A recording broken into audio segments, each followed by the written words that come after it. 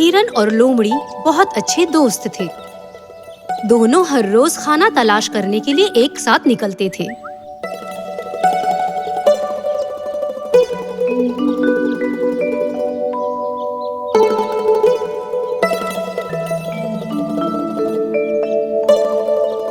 एक दिन दोनों चलते चलते एक गांव में पहुंच गए। दोस्त, देखो कितना खुला मैदान है। मुझे दौड़ने और उछल कूद करने का मन कर रहा है। अच्छा हुआ हम यहाँ पर आ पहुँचे। यहाँ खाने के लिए बहुत से केकड़े भी मिल सकते हैं। तुम केकड़ों को पकड़ लो, ठीक है? तब तक मैं पूरा मैदान घूम कर आती हूँ। ठीक है। हिरन ने मैदान में भागना शुरू किया। दोस्त, यहाँ बहुत सारी हरी हरी घास है। लोमड़ी धीरे धीरे केकड़े को तलाश करती रही।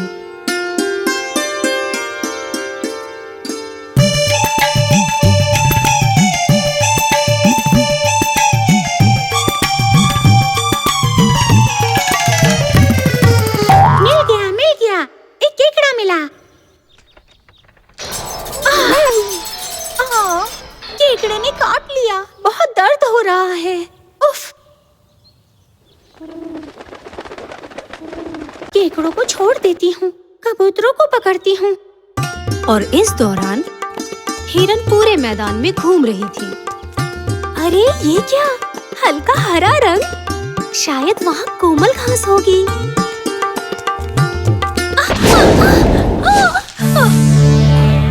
बचाओ, मुझे बचाओ।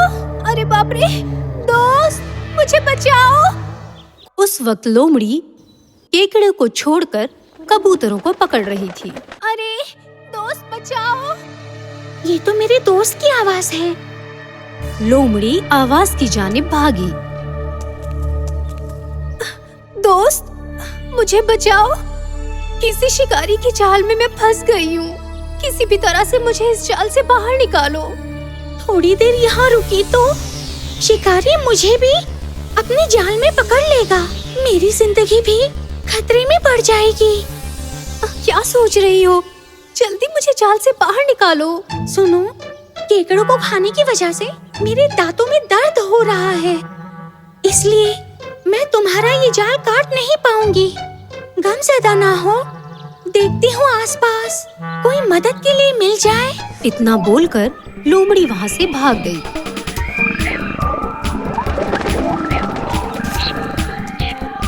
और दूर पेड़ के पीछे जाकर कहीं छुप गई। शायद मुझे ऐसे ही दोस्त नसीब हुए हैं। और तब तक जाल को बिछाने वाले शिकारी किसान को हिरन ने आते हुए देखा। अरे बाप रे, अब मैं क्या करूं? आज तो मेरी मौत पक्की है। एक बार दिमाग का इस्तेमाल करती हूँ। मरे हुए हिरन की मानिंद लेट जाती हूँ। हिरन को ऐसे देखकर किसान खुशी के मारे भागा भागा वहाँ आया। हाँ, ये हिरन तो मरा हुआ है। अब मारने की जरूरत नहीं, ये जाल यहाँ से हटा देता हूँ। जैसे ही शिकारी ने जाल हटाया, हिरन ने फुर्ती दिखाई और वो वहाँ से भाग निकली। रुको वहाँ। उसके बाद शिकारी भी हिरन के पीछे भागा।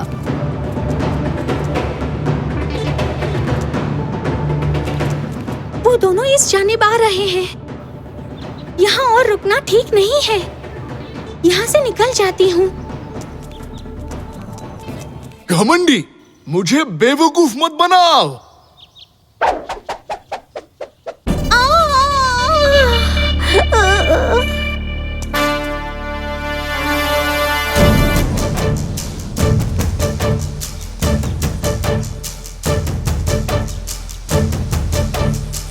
धोखेबाजों को यही सजा मिलनी चाहिए।